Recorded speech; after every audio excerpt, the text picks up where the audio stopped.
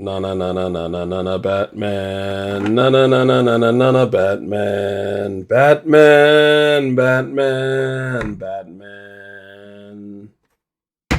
This is the spoiler-free review of Matt Reeves' The Batman. If this is your first time on the channel, I welcome you. My name's King, and if you're coming back, this does look a lot different. This isn't a video game gameplay or discussion of League of Legends. I'm doing the movie review. I just kind of wanted to branch out and do a little bit something different, starting with a movie that I just got back from the theater, and that's Matt Reeves' Batman, starring Robert Pattinson, Jeffrey Wright, Zoe Kravitz, Colin Farrell even showed up. It's a banger. I mean, I used to be a huge fan of him in the early 2000s. He was in SWAT and a bunch of other movies that I really enjoyed. And I think you're in for a wild ride if you do decide to go out and watch this movie. Like I said, this will be the spoiler-free review of the Batman. So don't worry, I'm not going to go and give away any plot points that are too damning or crippling to the viewing experience and pleasure. I will be doing a spoiler-free review later. So if you'd like to tune in and catch that, or spoiler full, not spoiler free, spoiler full video, make sure you click that like button, subscribe to the channel, and as we try to, do a little something different here on this channel. So starting with my overall general review of the Batman, I would say I'm torn. Not necessarily of the movie. We're going to get to that in a second. Of my perception going into this movie. Basically, I feel like DC's done a pretty piss poor job with the DCEU. I think that they've really struck out disparagingly for the last, I don't know, half a decade. Whereas they had some gems like the original Wonder Woman movie, Shazam, Aquaman was okay. The Snyder Cut was just better than the original or the Ryan Johnson release of Justice League. So going into this Batman movie, not really having the highest of expectations may be helping me boost my appreciation for this film. I'm going to come out and say it. I thought it was great. I thought it was a fun, action-packed, suspenseful thrill ride of a movie that if you are a fan of, I would say, the animated series, the Batman the Animated Series, which was on WB and Cartoon Network, a lot of us grew up with it.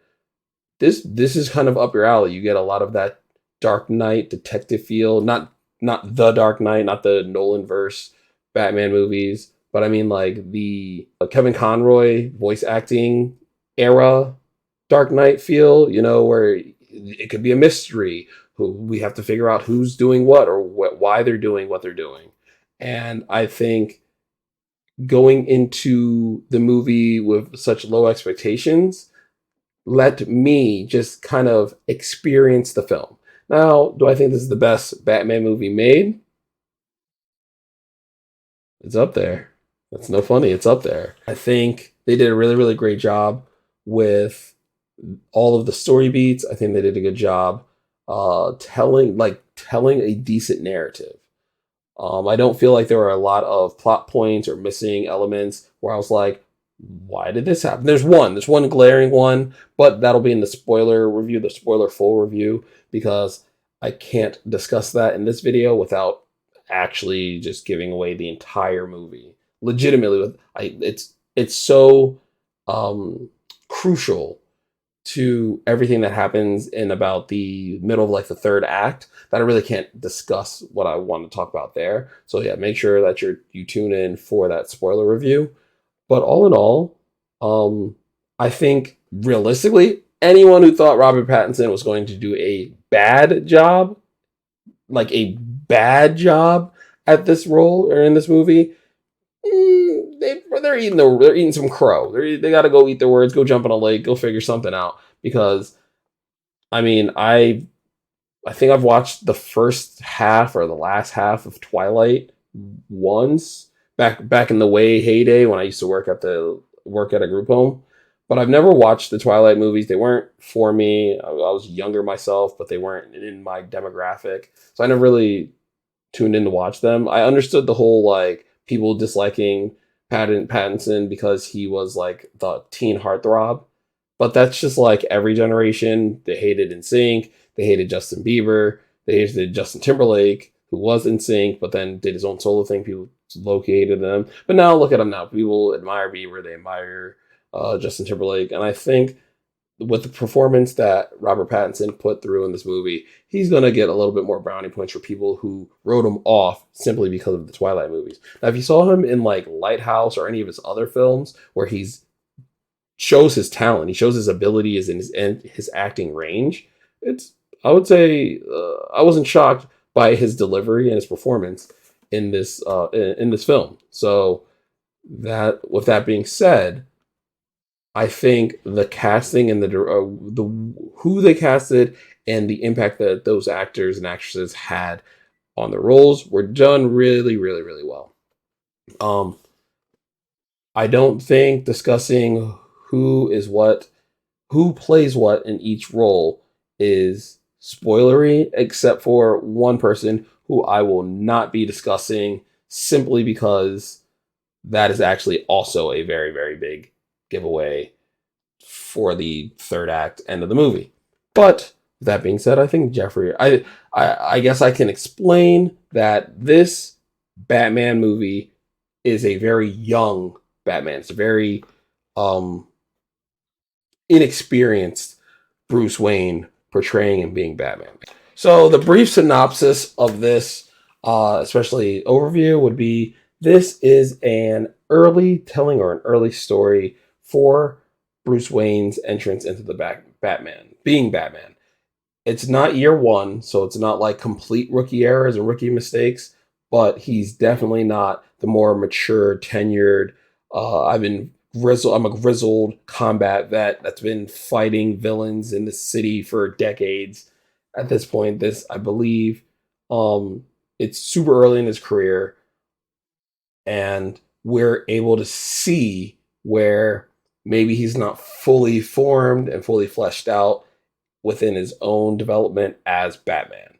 And that's really, really cool to see. I think they also do a good job of explaining that and experiencing or trying to go through that experience with Jeffrey Wright's character, who's playing Commissioner Gordon. Well, he's not a commissioner yet. I don't even think he ends the movie becoming commissioner. So, I mean, this is really, really early in the relationship, really, really early in their uh, partnership, their friendship, all that put together.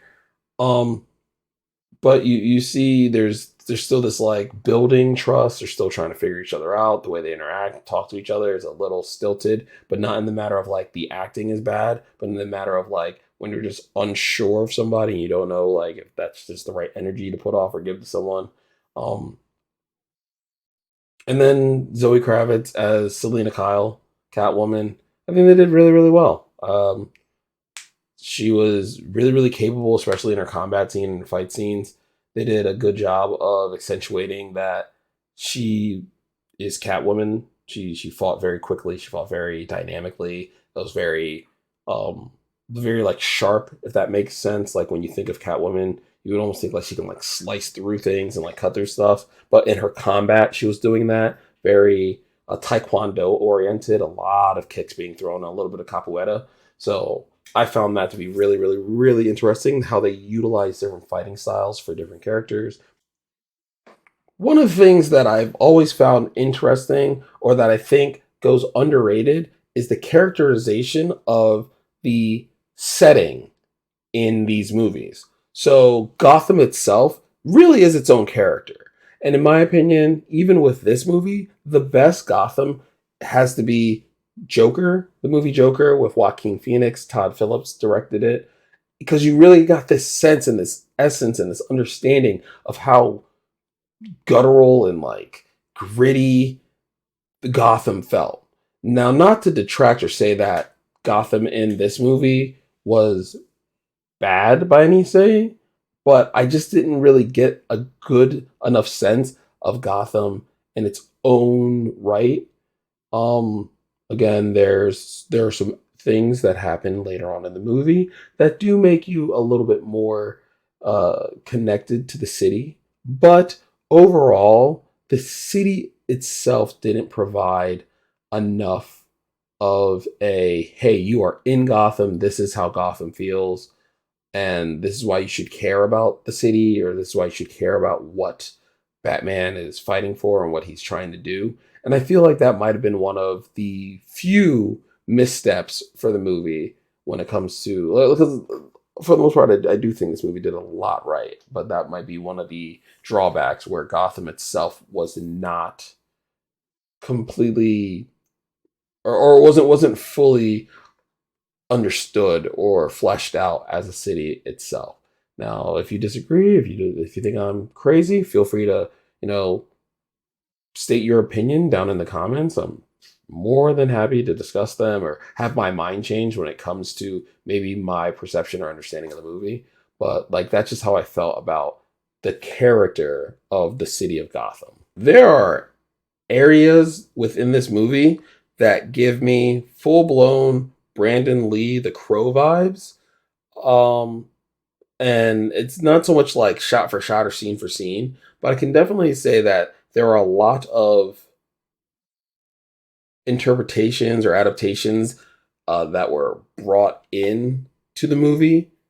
I feel like I will be safe saying that when the movie first started, I felt like I was watching Zack Snyder's Watchmen to an extent. For those of you that have seen it, you'll understand what I mean. And for those of you that haven't seen it, it's not necessarily a knock because I like Zack Snyder's Watchmen, but it was very, very similar in the styling and the feel of the opening and the kind of like pacing of Watchmen.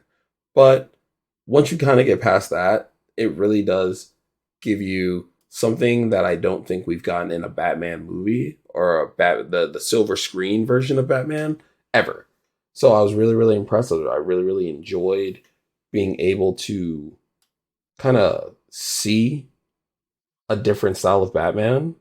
I guess I can say it didn't feel like a superhero movie, and that's probably the best way to put it. I know everything out there is discussing or talking about how this Batman movie, is really striving, and trying to become like a different take on the movie.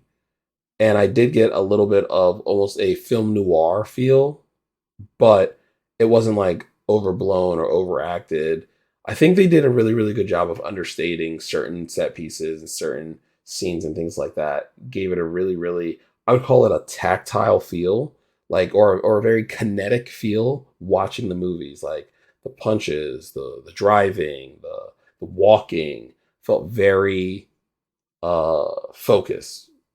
And I think that's a really, really, really good takeaway from this movie. Whereas maybe the Nolan verse of Christian Bale, I felt like a lot of that fighting didn't leave me like Batman felt like Superman to me in those movies. And in Michael Keaton, George Clooney, there's no shot. They were Superman effectively. You know what I mean? Whereas in this movie, it really just feels like a dude in a armored suit going out there and just trying to make a city a better place. So I was really, really able to like buy into it, and they did a good job of what's what I'm looking for, like bringing it in or making it a little bit more, like I said, a little bit more kinetic while you were watching it. Now, again, I'm not trying to like do like plugs or whatever, but really, there's stuff that I want to talk about that I can't until I do the spoiler version. So that I can get into the nitty gritty and the details of this movie. But regardless, I think they really nailed it. They did a really really good job, and um, I would what would I if I do I have a rating system? I should come up with a rating system. What would be my rating system? Out of 5? Out of 10? Let's give it out of 10. All right. My first initial, I just came out of the theater and I'm talking to you review of Matt Reeves' The Batman. I'm going to give this movie.